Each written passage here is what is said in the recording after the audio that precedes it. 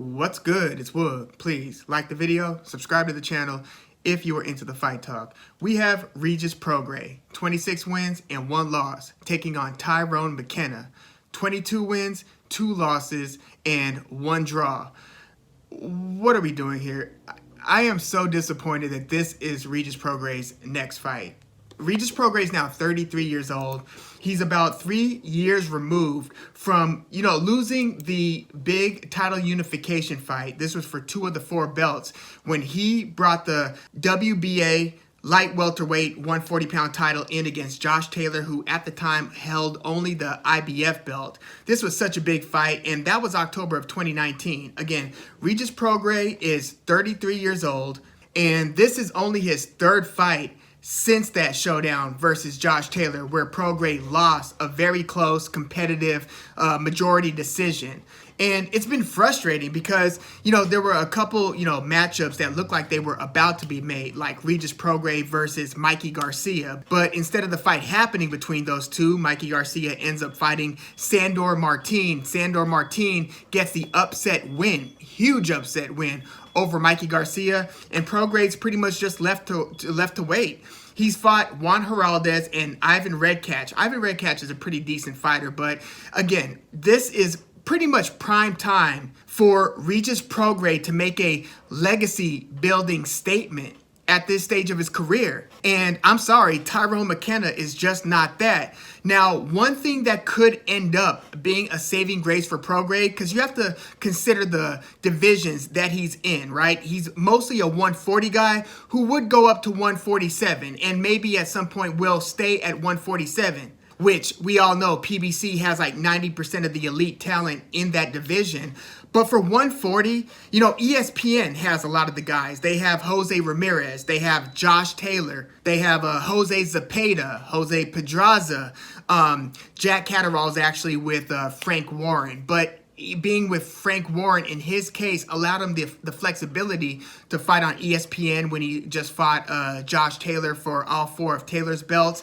He could also fight on DAZN. But Regis Prograis, he had participated on DAZN when he was involved in that World Boxing Super Series where he first beat former 135-pound champ Terry Flanagan, who Terry Flanagan also competed for the 140-pound WBO belt. So he won the belt at 135, defended it successfully a few times, and then the WBO allows you to challenge the champion in the next division up. You become the mandatory if you're the belt holder for the WBO in the weight class below. So Terry Flanagan, longtime 135-pound champ, goes up to 140, actually fights Maurice Hooker for the vacant WBO belt at 140, and that's the way that Maurice Hooker earned his belt that he then lost to Jose Ramirez. But Regis Prograis was fighting on DAZN when he was participating in that World Boxing Super Series. He beat Flanagan in the quarterfinal. Then he had a big fight against Kiryl Relikh, one of the big names at the time. Many have forgot about Relikh, but Regis Prograis knocked Relikh out in the 6th round. And that's what won him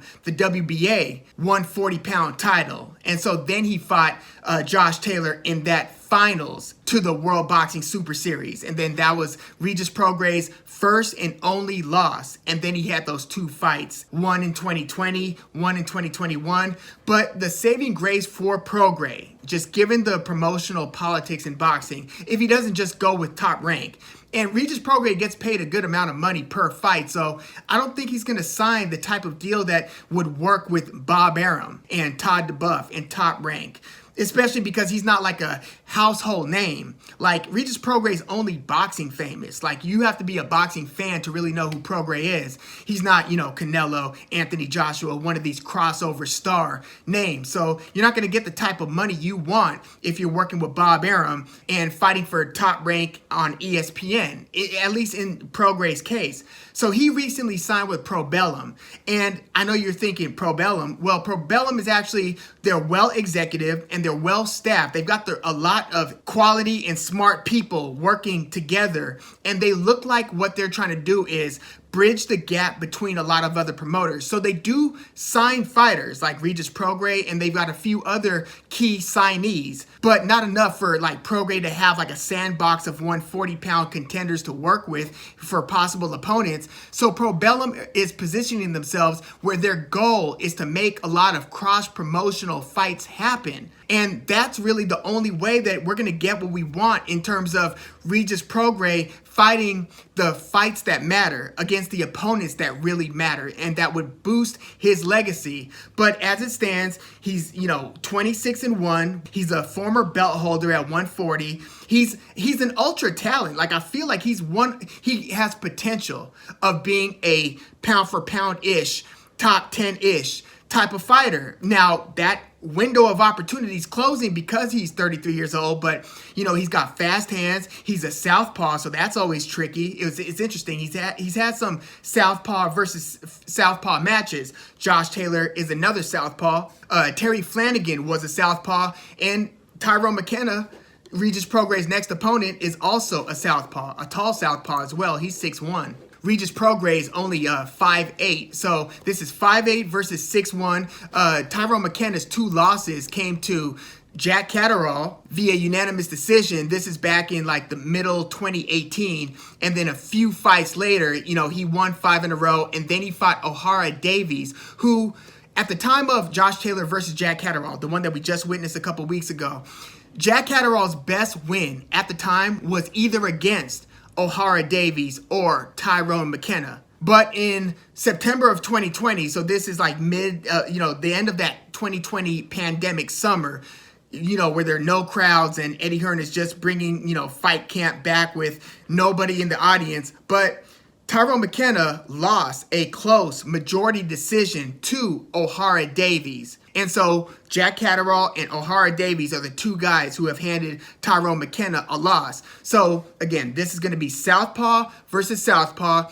Tyrone McKenna, he's got pretty decent boxing skills. And, his height and reach are a problem at the weight classes that he's competing in.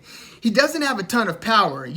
Out of his 22 wins, only 6 have come via knockout or stoppage. Like, that's a very low knockout ratio. And look, knockout ratio is not the only thing that matters. You've had a lot of very good fighters with relatively low knockout ratios, but usually a fighter will stack up some knockouts early in the career, then they fight better, more elite opponents going forward, so when they win, they start to pick up more decision wins. But nah, Tyrone McKenna, again, out of his 22 wins, only 6 came via knockout.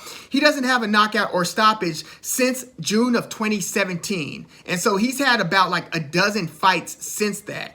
Or to be specific, he's had 10 fights since that. But even that knockout win, his most recent stoppage in 2017 was in a 6-rounder. It was a 6-round fight. So that tells you, that Tyrone McKenna's power has not carried as he's fought, more upper echelon quality opponents. He hasn't fought a lot of elite opponents. It's probably Jack Catterall, who for a while wasn't considered elite himself until he overperformed in this fight against Josh Taylor. And then Ohara Davies, who's, a regional elite fighter, but not like a crossover world class. He's not ranked in the top 10 in the division by Ring Magazine. You get what I'm saying? So Regis Prograis, on paper, is by far the best fighter that Tyrone McKenna would have faced, including Jack Catterall, even though Jack Catterall, he did what he did against Josh Taylor. But still, on paper, there is nobody who's as accomplished as Regis Prograis. Again, a champion at light welterweight, 140. But when I look at Regis Prograis versus Tyrone McKenna,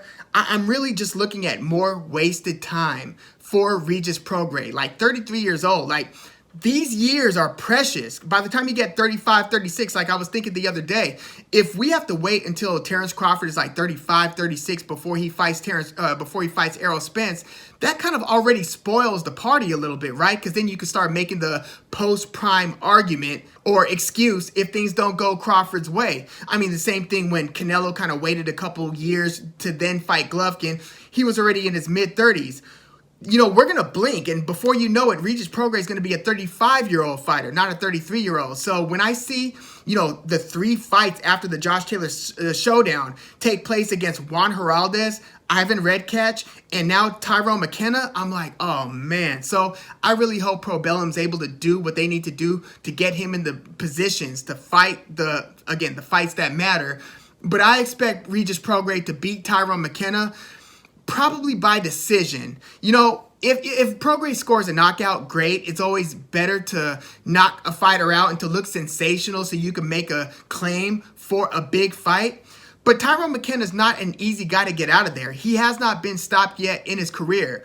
I think that it would behoove Prograis to put his foot on the gas and try to get the stoppage, but you want to make sure that you're securing the rounds first. McKenna's not a pushover, so you do have to be at your best or near best to beat a guy like McKenna. Because, look, it's easy to look at one person and say he's elite, another guy to say he's not elite, but these recent upsets should tell you that if an elite fighter is like at his 80% self or 70% self, that might or might not be enough to fight somebody a couple tiers below you. The margin for skill degradation is pretty thin. So Regis Prograis is going to have to come into this one prepared. And even if he does, I think he's going to actually win this one via unanimous decision. I think he's going to be dominating the fight by the middle rounds. The first couple, few rounds might be interesting, and there might be times where, Tyrone McKenna might have his moments. But I don't expect McKenna to win more than, let's say, 3 rounds against Prograis. I think Prograis might get a knockdown. But I think Tyrone McKenna, who, by the way, was a child actor and has like a few, notable acting roles. He's a fighter, boxer / actor. Look up his background. But I expect Regis Prograis to assert himself, to start taking over, and to basically be winning the vast majority of the rounds. Again, this is going to be an interesting southpaw versus southpaw. Regis Prograis' left hand is a money punch. We saw that against Ivan Redkach. Regis Prograis is just one of those talents that you see him flash the hand speed and plus the power, and you're like, and he's got good head movement too. He's got some good upper body shiftiness. He reminds me a little of he's like a southpaw Shane Mosley, but I don't think that his left hand is as sensational as Mosley's right hand, and I don't think Prograis' right hook is as great as Mosley's left hook. So I think Mosley was a more blessed puncher, speed-wise and power-wise, but Regis Prograis is like Shane Mosley light. You know what I mean? He's got some of the same skills, albeit he's a southpaw, not orthodox, but he doesn't have that like next level hand speed, but he's got very good hand speed and good power. I just want to see that stuff tested against some of the best fighters in the division. I'm taking Prograis, but not by knockout here.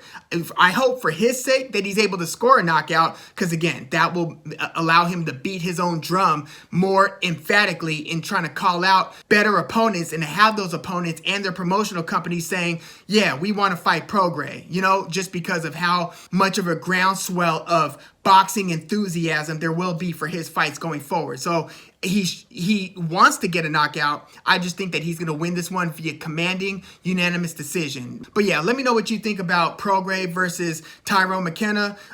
What do you want to see, assuming Prograis handles business against McKenna? Again, this is one of those big time A side and a far and away B side where the odds are going to be pretty stacked in Prograis' favor, which might make for attractive betting just, based on what we've seen in the ring in recent fights. But I think Regis Prograis, for the most part, is going to take care of business here. But let me know what you think about this in the comments. Please like the video, subscribe to the channel if you are into the fight talk. I'm Woog. Thanks for tuning in.